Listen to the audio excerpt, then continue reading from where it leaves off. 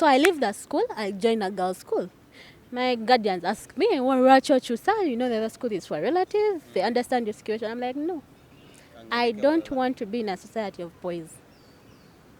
I know probably as mature people they had a feeling of what probably was going on. Never kiriziganya nange, never ntwale Ruwaga girls. In my journey in Ruwaga girls, it was just amazing. Because when natandika okwezuulira, where do I really lie? Am I going to... That was which year? That was 2012. 2012. Yeah, because I got... Do you know a girl called Vivian? Yeah. Black skin? Yeah. Sure. Yeah. Out mubuuza bingi. Just what they told me and Angel, we have a lot in common. So, So Ruwaga girls. By the me also was in a single, school. Somewhere in my journey. Like omusomero ly'abalenzi naye kati nze embeera zange obuzibu. Ne ngamba kanveeyo. Waliyo ekibeerabeera ne ngamba owaye ngamba mami wange. Tekijja kukola. Yeah. So joining at this school, Ruwaga girls, it became a good society for me. I don't know how, but there's a way it nurtured me. I was still struggling with my health still. I was still struggling with everything about my health. Then, nagenda nentunula nengamba naye Angel, are you going to keep antisocial like this? So when we joined Ruwaga, it so happened one of my OGs from Bwaranyanji girls, actually two of them, but twaisangayo. So one of these girls became my close friend. So we were like 3 close friends. So that process of fainting and what bebamberangawo okunrashinga mu sick bay what things like that. She was really, really, really supportive of me. She's called Kansime Joan, wherever she is. I know. Yeah, she's stubborn. She has a stubborn nature. Yeah, and she's doing masscom. She has done masscom. So Yes, that is her field. Yes. So she really became family to me. Up to today, even her family is my family too. But by then, Gatamanyi, I wouldn't tell. No one. And I'd also switched hospital to Baila, Uganda, Mulago. Because I wouldn't maintain Tasso always. I was always this side, so I wouldn't go back to Tasso. And being given Tasso services, by then, Banaenga, Tasso was failing. It was really failing. Kati, when I joining up Baila, kwe kunchusa niwanteka second line because I was getting reinfections. Second line is not a joke. It's not a joke. First line and second line, what's the difference? Gezako two briefing amka. The biggest difference is there are 2 kind of differences.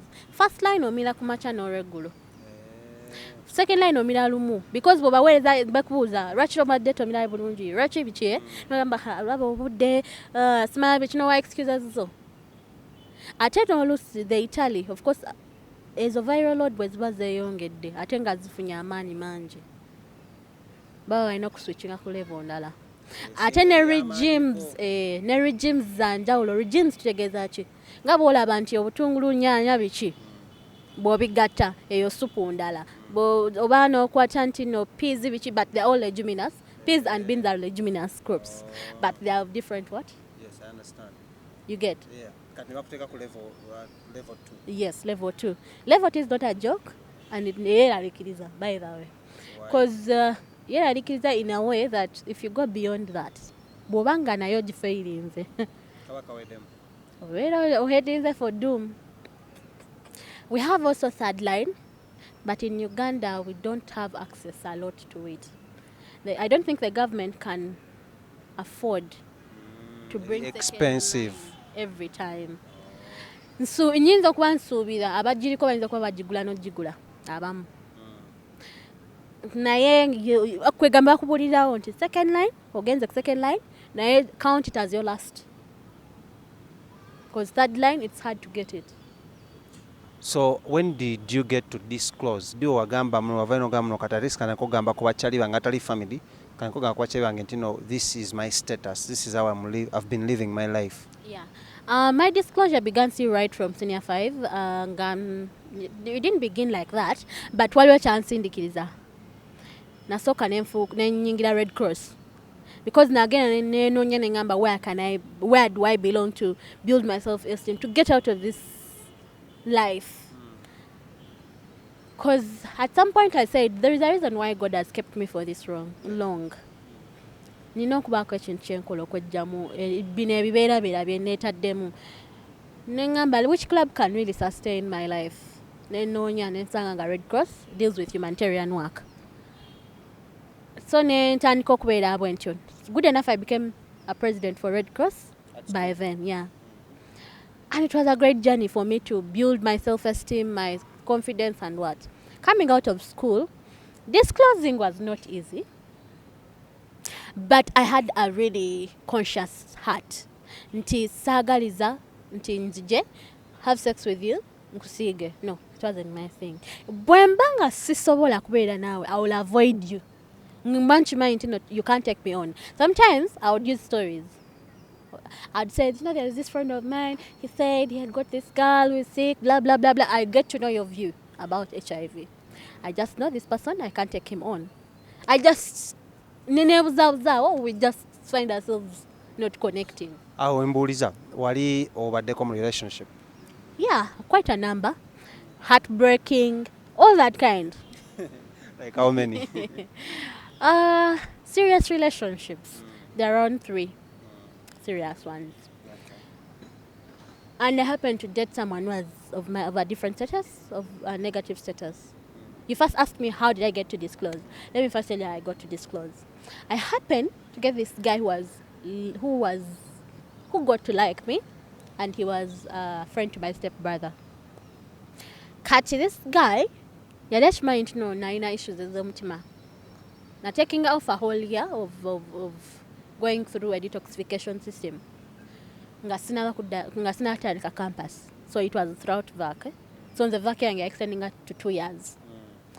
So this guy, my home was very strict. I used to tambula. Kati bwe nafunanga obudde obulaba ku bantu, it's when I've come for my review in hospital, and then I happened to see, I'm doing coaching. Those are the times I would meet friends. So I come to see him. Ntukewe na ine dagala nga mvude ku review ili munsawo. Ndeli detoxification.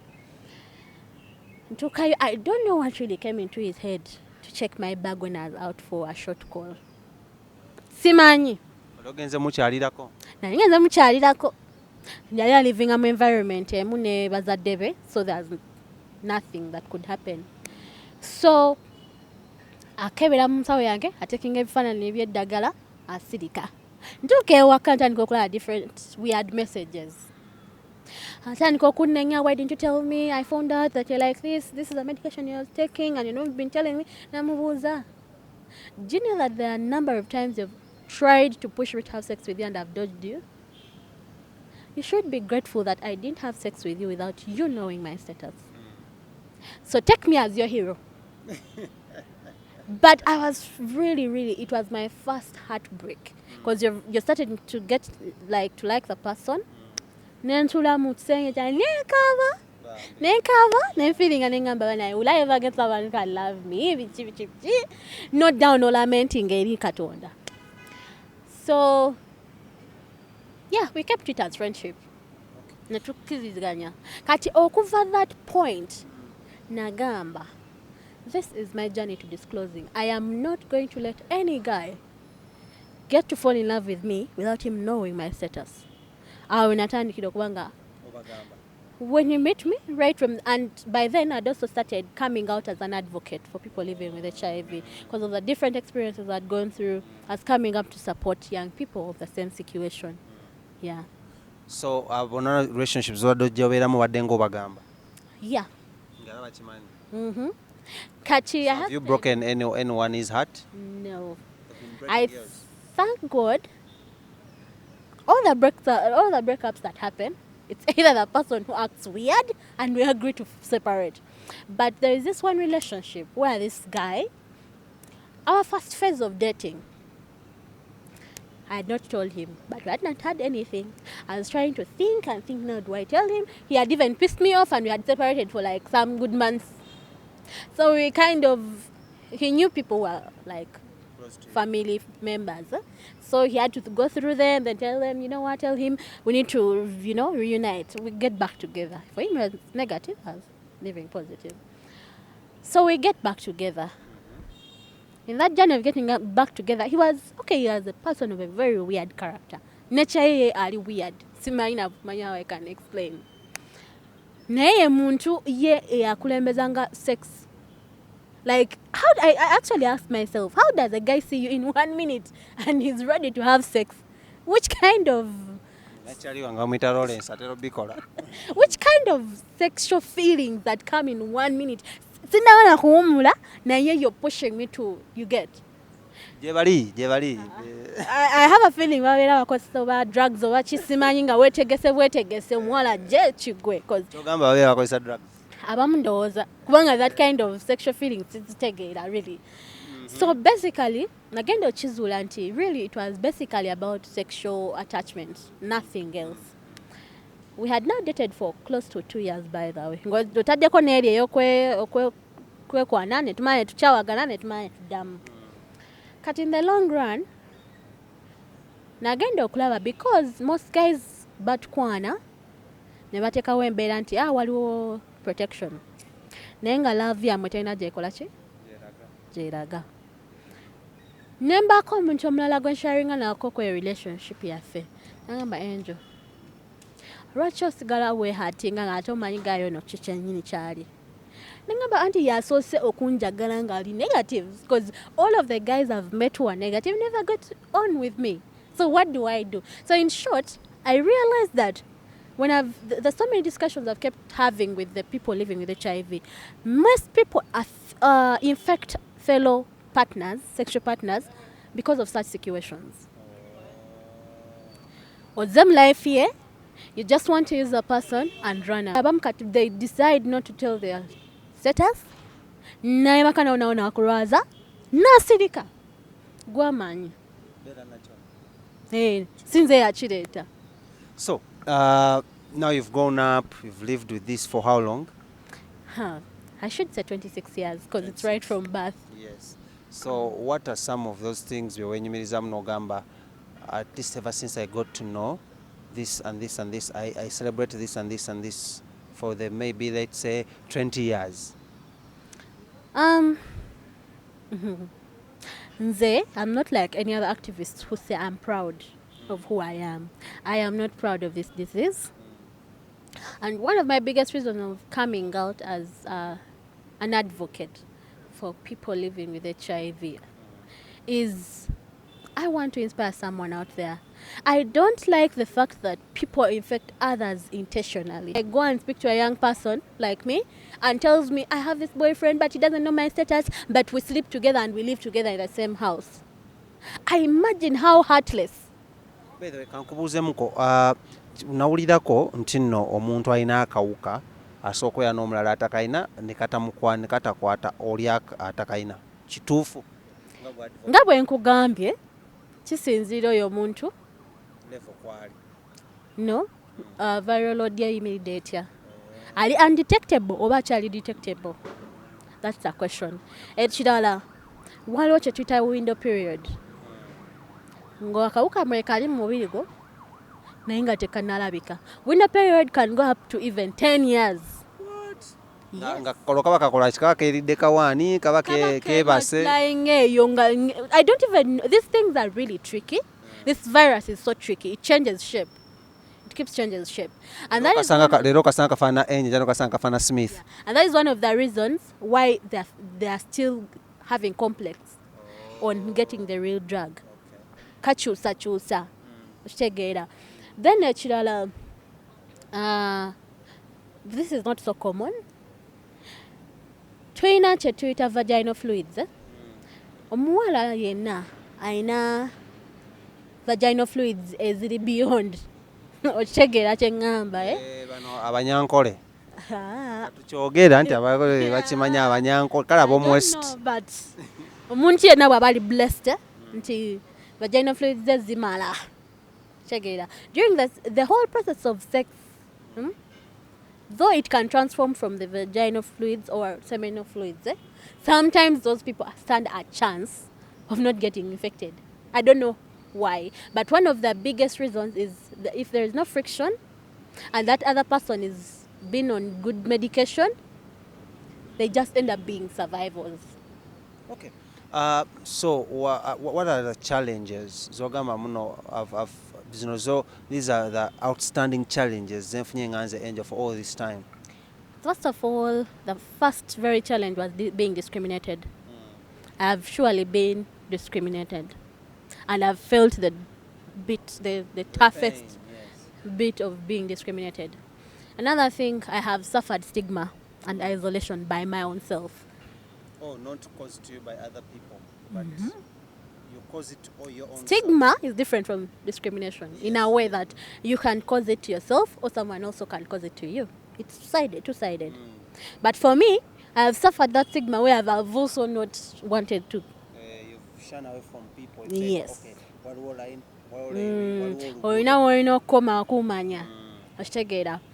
Then another thing, I've suffered the challenge of having the right relationship. Nti ono taina intention yo naye nkozesa bukozesa naye aina maybe he's seeing me as a person whom he can marry. You get, it's been a struggle, by the way. And I learned that, as I said earlier, I learned that getting the right person is hard when you're living with HIV. It's really, really hard. Unless you're lucky, okay.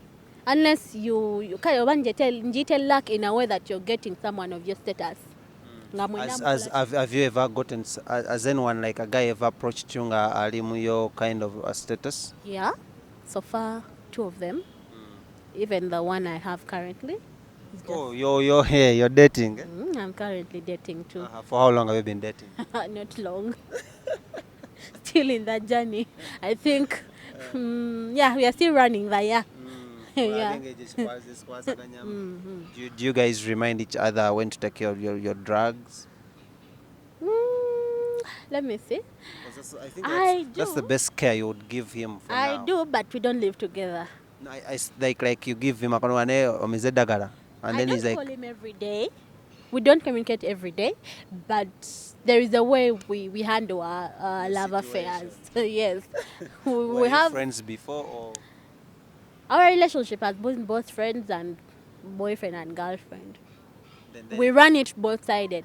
If we have a discussion as friends, we communicate as friends. And when we have a discussion as a girlfriend and boyfriend, we're still. So me, I prefer having a relationship that is two-sided. So what would you advise girls out there? Should they, if someone is positive watching this, ngaluwa tulabanga ina akawuka obanga adda living with HIV, one mwadde magezi kubanga afuna muntu oyo ali mu status oba sofuna oyo atali mu status azonga azamutegeera? Sagala gwida side, because I am one of the people promoting you equals to you. Undetectable, uninfectable. Nti omuntu akawuka ke akebase asobola okufuna omuntu n'atamulwaza oba n'atamuinfectinga nga bwe njogedde nti akawuka bwe kaba kebase aba tasobola kukola ki? Kulwaza. So saagala atayina, yes, saagala gwira side. But even you kyonna kyoyagala kifune atayina oba ayina. But me, according to my experience with people who are not living with HIV, it's been the worst. They've treated me in a way that this person just comes into your life because I'm manual protection. It's been the worst. Me, I'm done with having an opposite. You get? Nachiteekawo ne ngamba sikyayagala ne bw'ojja ofaanana otya manya nti yes, we are going to push the relationship. Nowadays, my word is, I am not looking for a boyfriend, I'm looking for a husband.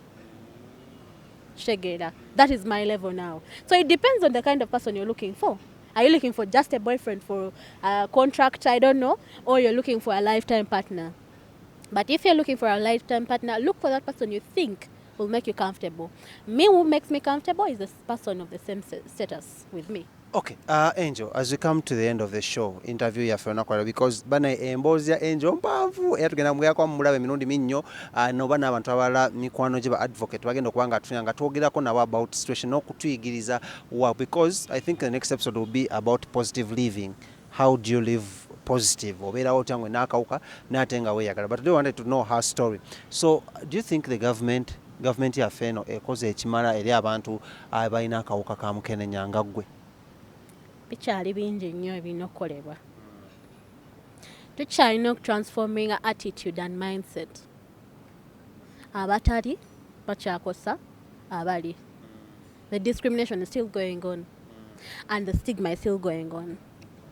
Bantu bangi nnyo bendabye me interacting nze ali tayagala muntu yenna amanye nti ali, but at the end of that day kikubuzaako emirembe tobeera na peace of mind. Me, ever since I started saying who I am, I have had so much peace of mind. Nakkiriza nina okweyagala, nina okwekkiriza. People fear to say who they are because they fear because the community is going to disassociate with them. But to me, it's been a different story. People bagala okumanya, how do I live? How do I, you get? Of course, others will say, do you do it because you want to earn money? No. This part of advocacy, I do it because I want to inspire any young person, both positively living and who is not living positive. Kubanga twagala bayigiriza gwatali osobola okwewala ki? Kitegeera.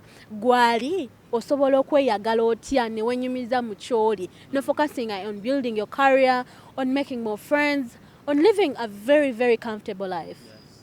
Because the first killer of HIV is stress. Kasita weewa chance ya stress, ojja kufa mpola mpola. Ofa tomanyi nakumanya. Ofa tomanyi nakumanya. Kale, twewale stress ate n'ekirala tugende twekebeze. I think it's the most beautiful thing you can do, okwekebeza n'obeera ng'omanyi status yo. Lawrence, genda weekebeze. Dan, genda weekebeze. Nachali wange bamuyita Gerard, nawe genda weekebeze. Mwekebeze omanye status zammwe. Naye nga what are your last words and advice to? I know the biggest range of young girls or youth that are living with HIV are those that have met it through relationships. And there are also people who think that, you know, because there are no jobs, I just have to go around and slut around. Young people. Nze nina story endala gye mujja okumanya bujja eyo. My life has not been a smooth one, even both career-wise and stuff, and family at some point. Naye, abawala bangi nnyo abeeyita nti bo tebasobola kukola mirimu egimu. Nze bandabe batya nga ndi maidi. Waki njagenda nfunayo busajja nebakenono mpesa. Abasajja b'ennaku zino tebakyagaba ssente. Bagaba bulwadde. Cut my girls out there and all young people out there. Occupation-wise, please don't stick on things of looking for men to give you money. Or sugar daddies, sugar mummies. Because ndaba n'abavubuka beeyunze nnyo mu kunoonya abakazi abalina. Abakazi abalina temumanyi kye beetisse. Focus on trying to build something for yourself. Personally, I've worked as a maid in a distant family friend's home. Not because I wanted, but because I was looking for something to get me out of a certain situation. And I knew it was not permanent. I knew it was temporary. I had to admit and do that for a meantime. Rather than going out and selling myself for what? I've already tested the moment of being on drugs for the rest of my life. Now I bring even something different from what I have. Or even add on. No. Abawala na abavubuka abali eyo. Mweyagale. Consider yourself first before you think anyone else will appreciate you and tell you how they love you. No. Love kachafu kachigambo bugambo. It's not everyone who says it means it. It begins with us. Let's love ourselves. Let's treasure ourselves. Let's try to do things that are constructive. And let's try to seek for mentorship from the right people. Kale, you've heard it from the best, from the host's mouth. That is Angel for you today.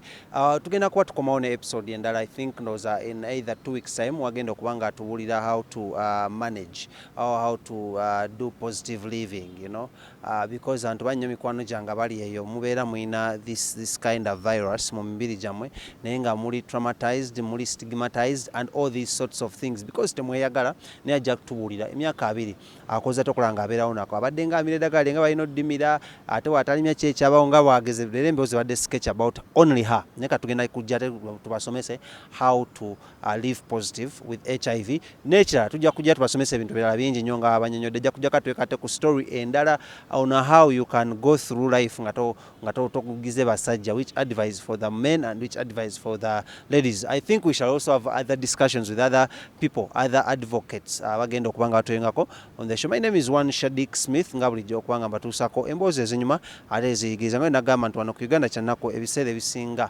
tetunyumya bunyumya mboozi wabula tunyumya emboozi egenda okubanga ekuyigiriza ate nga ekubatwala mu maaso. So mwebale nnyo okubanga mundaba nkoze ne mwana mulenzi amanyiddwa nga Sir Lawrence yakwata ebifaananyi ebirungi nga bino era ng'olwaliro tubadde kamwokya era gye tusinzidde okubanga tunyumyamuko emboozi ne mukwano gwange amanyiddwa nga Angel. So mbagaliza olunaku olungi, mwekuume, tonywa n'ovuga, si tovuga n'onywa, tonywa n'ovuga ate bw'oba oyagala okubanga ofuna emikolo egy'amaanyi olina kwanjula, mbaga, birthday, aweekwata aba King Montage Productions bajja kuba bagikutuusa kubasangibwa awo nankulabye ku bitaala. So enamba zaabwe kanjikusomere enamba zaabwe osokubanga obakubirako just in case olina omukolo kebe photoshoot era nga ezimu ku photoshoot zobadde olaba emabega eyo era si badde bazikola. So enamba zaabwe erizo 0706 777 669 06 0706 777 669 enamba yaabwe eya King Montage Productions bajja kuba bakwatira emikolo gy'obulungi nnyo ne photoshoot mwenna abagala okubanga mubituusako ne ba function kwanjula mbaga so naye ate twekuume coronavirus bamuzudde nti no gyali ate president of dena yagenda kwa ero naku 32 tewali kugenda mu church tewali kugenda mu masomero byonna tujja kwatonga bibatuusako naye nga manyedde bozi mbadde Shadik Smith mukama abankumira atakumira mpeera mweraba.